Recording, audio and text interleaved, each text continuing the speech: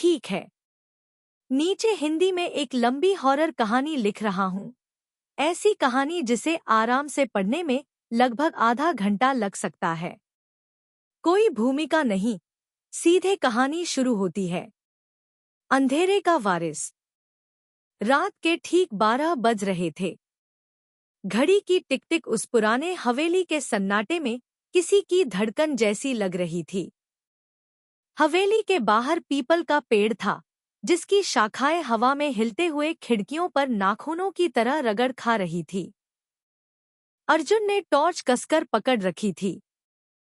बस एक रात, सिर्फ एक रात, उसने खुद से कहा। अर्जुन एक इतिहास का छात्र था।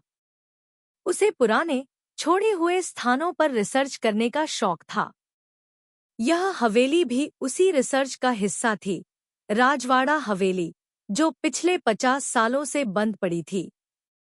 कहते थे, जो भी रात में यहां रुका, वो वापस वैसा नहीं लौटा। अर्जुन इन बातों को अफवाह मानता था। पहला संकेत। हवेली के अंदर कदम रखते ही हवा ठंडी हो गई। इतनी ठंडी कि सांस से धुंध निकलने लगी।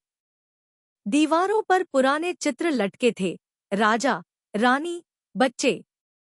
सबकी आंखें अजीब तरह से सीधे अर्जुन को देख रही थी। अर्जुन ने ध्यान हटाने के लिए कैमरा निकाला। क्लिक। फ्लैश चमका। लेकिन स्क्रीन पर जो दिखा, उसने अर्जुन का दिल बैठा दिया। चित्रों के पीछे एक साया खड़ा था। उसने पलट कर देखा। पीछे कोई नहीं था। शायद कैमरा गड़बड़ है, उसने खुद को समझाया। तभी ऊपर से किसी के चलने की आवाज आई।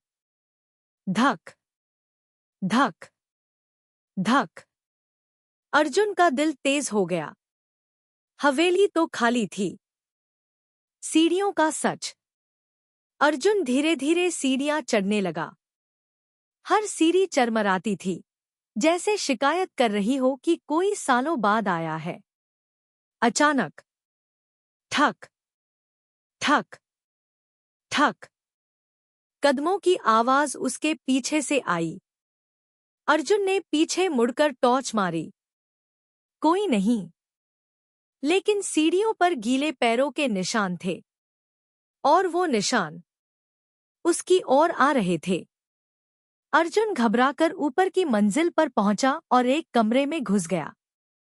दरवाजा बंद करते ही बाहर से किसी ने दरवाजे को धीरे से थपथपाया। ठक, ठक। फिर एक और आवाज आई। अर्जू। आवाज फुसफुसाती हुई थी। उसका नाम यहां कौन जानता था?